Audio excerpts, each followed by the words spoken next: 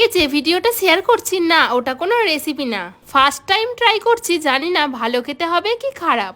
বিকাল হতে না হতেই স্ন্যাক্স খেতে খুব মন চায়, প্রায় দিন দোকান থেকেই কিনে আনি, কিন্তু আজকে সব উপকরণই বাড়িতেই ছিল, তাই বাড়িতেই বানিয়ে ফেললাম পাউরুটির কাটলেট। প্রথমে পাউরুটির ধারের অংশগুলো বাদ দিয়ে দিয়েছি। এরপর কাটলেট বানানোর জন্য ভিতরের পুরটা তৈরি করে নেব। তার জন্য একটা কড়াইতে তেল দিয়ে কিছুটা পেঁয়াজ ভেজে নেব।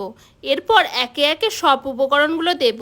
যেহেতু চিকেন দেব তাই চিকেনটা মশলা দিয়ে ভালোভাবে একটু নেড়ে নিচ্ছি, যাতে চিকেনটা কাঁচা না থেকে যায়। এবার ওর মধ্যে আলু আর মশলাগুলো দিয়ে ভালোভাবে নেড়ে ছেড়ে নামিয়ে একটু ঠান্ডা হতে দেব। আলুটা একটু ঠান্ডা হয়ে আসলে পাউরুটির ভিতরে পুরগুলো ভরে দেব। এবার একটা পাত্রে বেসন, নুন আর বেকিং সোডা দিয়ে একটা ব্যাটার করে পাউরুটিগুলো বেসনের কোটিং করে তেলে ভেজে নিলেই রেডি হয়ে যাবে পাউরুটির কাটলেট। খেতে তো খুব টেস্টি হয়েছিল, তোমরাও একদিন ট্রাই করতে পারো।